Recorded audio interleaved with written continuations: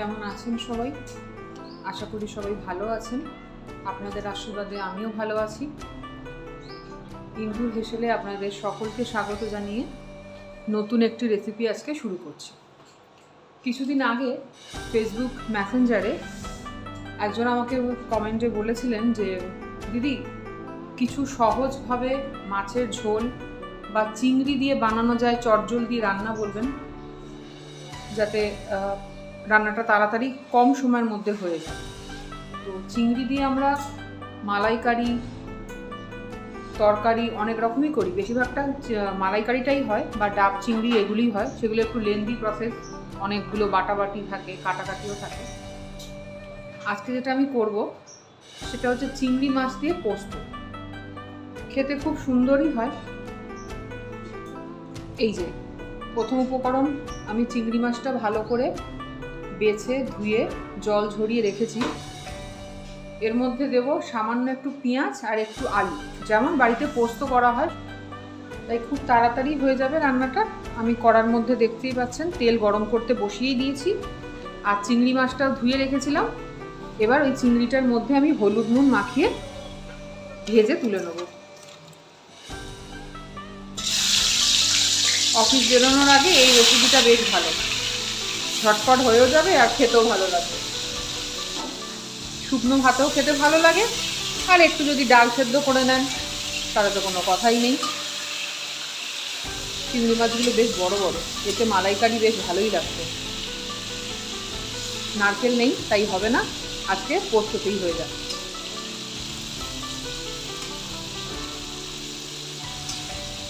মাছগুলো ভাজতে ভাজতে চলুন আমি একটু পেঁয়াজ আলু এগুলো কেটে গুছিয়ে নিই। মাছগুলো বেশ লাল লাল হয়ে এসছে, এবার আমি তুলে নিচ্ছি।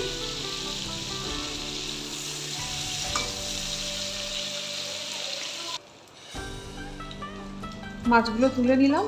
এবার ওই তেলের মধ্যেই খানিকটা পেঁয়াজ ফোড়ন দিয়ে আলুটা ভেজে নেব।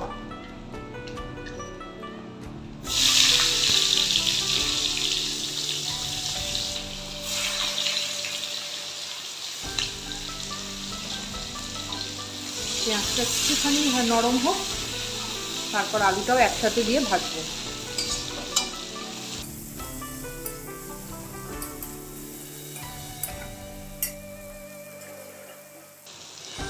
ছোট ছোট করে আলু কেটে রেখেছিলাম, এই আলুটা দিয়ে দিচ্ছি।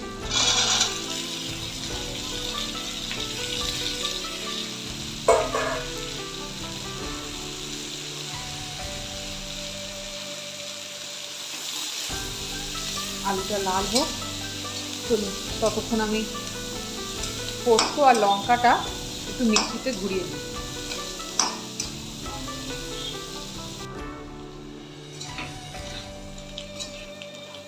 আলু আর পেঁয়াজ দুটোই ভাজা হয়ে গেছে। এবার এর মধ্যে আমি একটুখানি হলুদ গুঁড়ো আর একটু নুন, ব্যাস এই দেবো।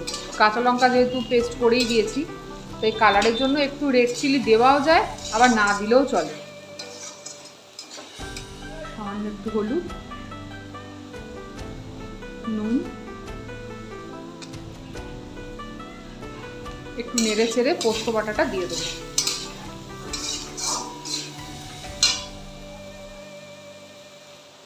পোস্ত বাটা কাঁচা লঙ্কা দিয়ে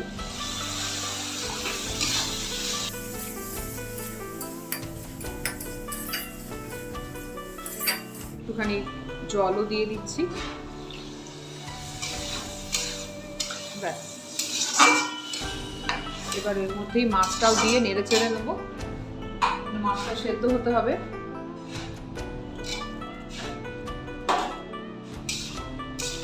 সেদ্ধ হয়ে আর একটু জল দেবো, একেবারে নাপিয়ে দেবো। বারবার একটু জল দিয়ে ঢাকা দিই।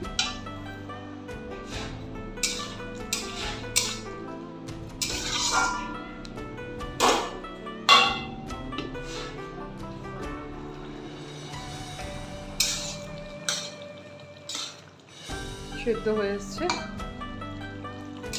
আর একটু হবে, কয়েকটা আলু শক্ত আছে। একেবারে শুকনো শুকনো হলে কাঁচা তেল ছড়িয়ে আমি পরিবেশন করব।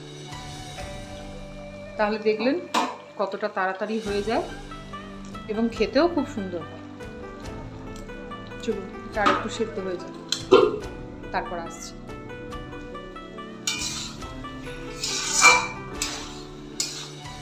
রান্নাটা পুরো রেডি হয়ে গেছে, একদম গামাখা গামাখা হয়ে আছে। এই পর্যায়ে একটুখানি কাঁচা তেল আমি ছড়িয়ে দিলাম।